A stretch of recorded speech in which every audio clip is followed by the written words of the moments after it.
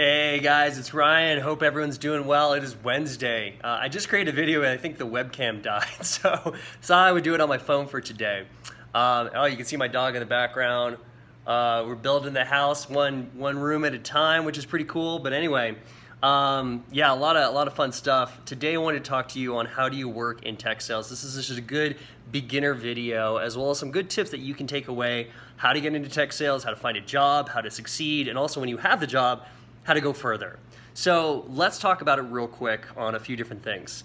Number one, you have to develop relevant skill sets, okay? You have to be actually kind of natural to it, but also you can learn these skills. You want to have good communication skills, interpersonal skills, organization skills, very, very important.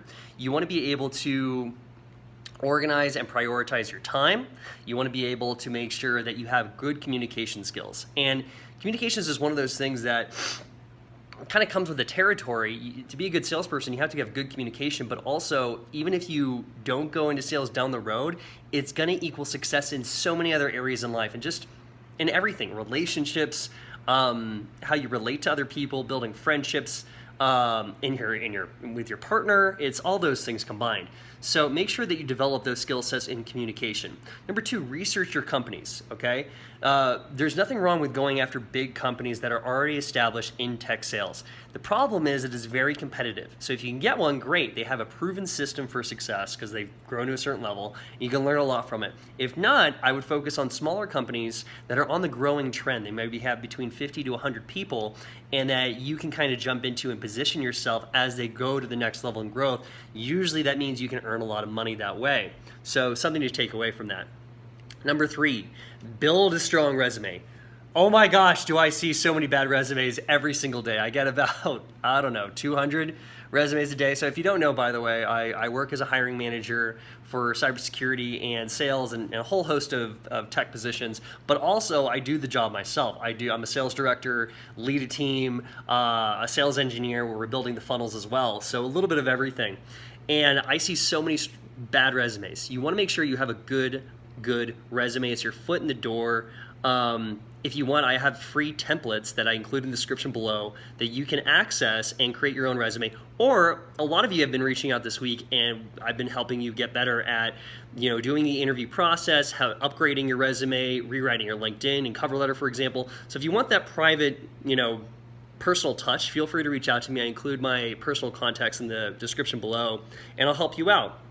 And then I've been also doing just sales training with some few people and getting them better, and that really has helped them out. And obviously, the more you invest in yourself, the more you're investing in your future. You invest in yourself in the right skill sets, right? And you should I would always put maybe 5% of your income into reinvesting in some way, going to seminars, courses, things like that to keep sharpening the blade and getting you better. Going off tangent, but yeah, create a good resume, okay? Number four, network. Make sure you're networking with the right relevant people, okay? And this is very important to maybe talk to other salespeople, people that are a little bit better than you are.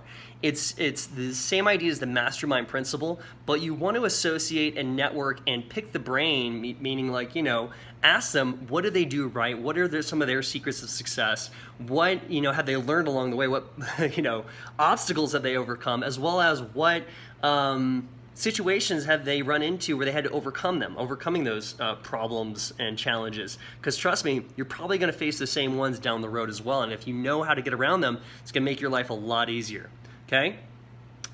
Number five, it's like applying for jobs. You want to make sure that you're applying your jobs a lot of different ways. Nothing wrong with the job boards, but 80% of the job market is off the job boards, okay? It's off the job boards. So you don't even know about it. That's why it's good to have a strong network. If you're building a great network, and this is something I teach kind of one-on-one on how do you find the job in that 80%, but remember that it's not all about the job boards. Look for other ways of networking and try to get more of a referral base. It's going to help you a lot. If there's 100 candidates in a company, if I get 100 resumes, but one of them was a referral, you better believe I'm looking at that one a lot more closely. Okay, so food for thought. Preparing for your interview. Again, if you want to do a mock interview, happy to do so, but you want to prepare for your interview. Your interview is really your first sale, if you think about it. If you look at tech sales, we do demonstrations, we show the product, but in an interview, the demonstration is you. You're showcasing your skills to the person. You have to sell the other company on why they should hire you. Your offer letter is really the contract. If you think about it, the same system. So that's why, maybe that's how I found both things, is because I know that system so well. But you want to make sure that you are qualifying yourself in the interview. You're using brevity. You're telling the facts about who you are. You're standing out, but also telling relevant stories that kind of showcase who you are. And you want to be memorable. There's stages to the interview process. First stage is your resume type of thing. They're seeing all that.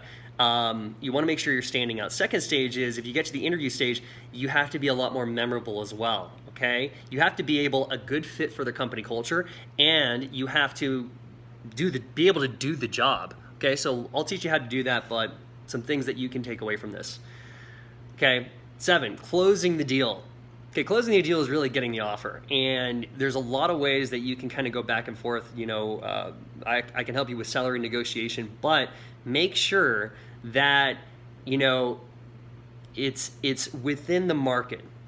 And the best way to do this is kind of one of those questions of like, hey, what is your target salary? Give a range.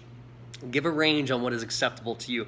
Make sure you do the math before they give you the offer, okay? There's a lot of people that'll settle for something and they haven't done the math on their current situation. What is the base pay that they need to survive? What is an optimal commission strategy? Different companies offer different programs, commission structure, compensation package, and you need to make sure that you do the math on those things, okay? Number 8, continuously learn. I talked about this earlier, but you always want to make sure that you're constantly being teachable and coachable. You have to have an open, willing to learn. You have to embrace change. And that's a big problem, is if you look at a scale, if I gave you, like, rate yourself right now, 1 through 10, how much do you want to actually learn? Okay, if you gave yourself a 10, great. Okay, how much are you willing to change? That's really the crux. If you are not willing to change at all, 10 times 0 is still 0.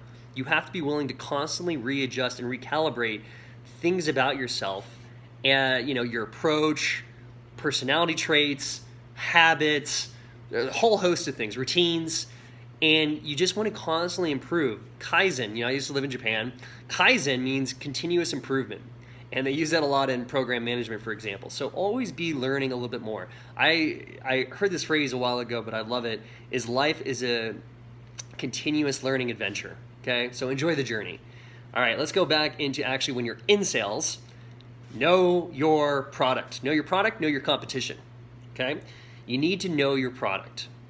It's kind of astounding when I ask certain questions to salespeople and they don't know the answer. And it's okay when you start out, okay? It's okay when you start out. You might not know everything. You do your best. When somebody gives you an objection or a question about the product, write it down, do the research yourself, get back to them about it. But now you have this whole dictionary and glossary of all the different objections and questions that you're probably going to get. So you want to make a note of that. You want to make sure you understand your product features. You want to make sure the benefits, how it benefits the other person, but also how you stand out in the market. Very important, okay? I forget what number we're on. Whatever number we're on, be persistent. You want to make sure that you be persistent. Okay, it's all about consistency and persistency. Okay, law of averages. Make sure you're not going to get yeses. You're not going to close the deal 100% of the time. Nobody ever has. Nobody probably will. You can still get better though. Okay, and it really is a numbers game, but you always want to work smart, not just hard. It's kind of a combination of the two. Not every prospect's going to be a fit for your product. So you make sure you qualify them. And if you do your job effectively, right, you will get better numbers and better commissions as a result of this. But be persistent. I knew a guy, nice guy, was kind of off, and he was not all there. He wasn't super smart. But damn, did that guy sell. And I don't know if he was a millionaire, but close to it, because he was really persistent and consistent. And you don't have to be the smartest person. It helps, but that was like a great example of a guy I knew, and this is the recruiting industry, and he sold semiconductor recruiting.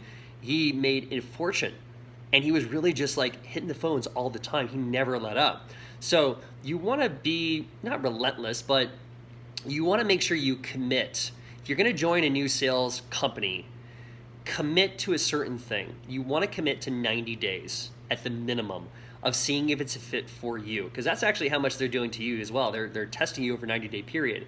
But first rejection you get over it, get back up, go through it, jump onto the next call. Don't let it let up, okay? You want to there's a great thing from Brian Tracy called the 100 call test. Do 100 calls, not judging yourself of successes or losses or failures, right? Just get to 100. You're probably going to sell out of that 100, but that way you're really just analyzing the product, your approach, how you're doing. Just get to that 100 first, okay? And last but not least, you have to make sure that you're embracing technology. If you're going to be in the tech industry, you have to embrace technology. And there's a lot of fun, interesting things happening right now with AI, ChatGPT, Midjourney. And so you want to make sure that you are very open and adaptable. You know the market, you know which industries are growing, you know which tools are coming out that are going to measure efficiency. These are things to always be considered, and always looking kind of like your return on investment. So being open to these things, know the vocabulary of the industry, but also just where everything's going and being aware of it. There's so many people that got left behind, and COVID was a great example of, I had so many friends, they had to go to a virtual lifestyle and they didn't really know technology, and it was a really difficult thing. So be open. Anytime you change habits, routines, it creates anxiety in people, right? If you change something, it's like unknown territory.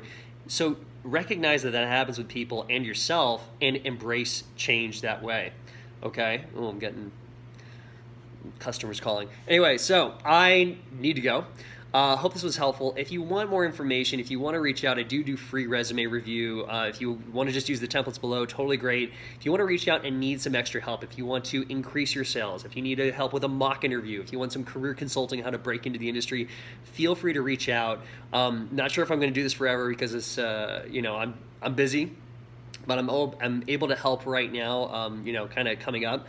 And then, yeah, it's going to be a great year. Anyway, best of luck. Hope you guys succeed. If you get roles, if this is helpful to you, I'd love to hear from you. Feel free, I'll leave my contact details in the description, or feel free to comment on the video if this has been a help to you. Okay? Love hearing that it's benefiting people's lives. All right, guys, have a good one. Cheers.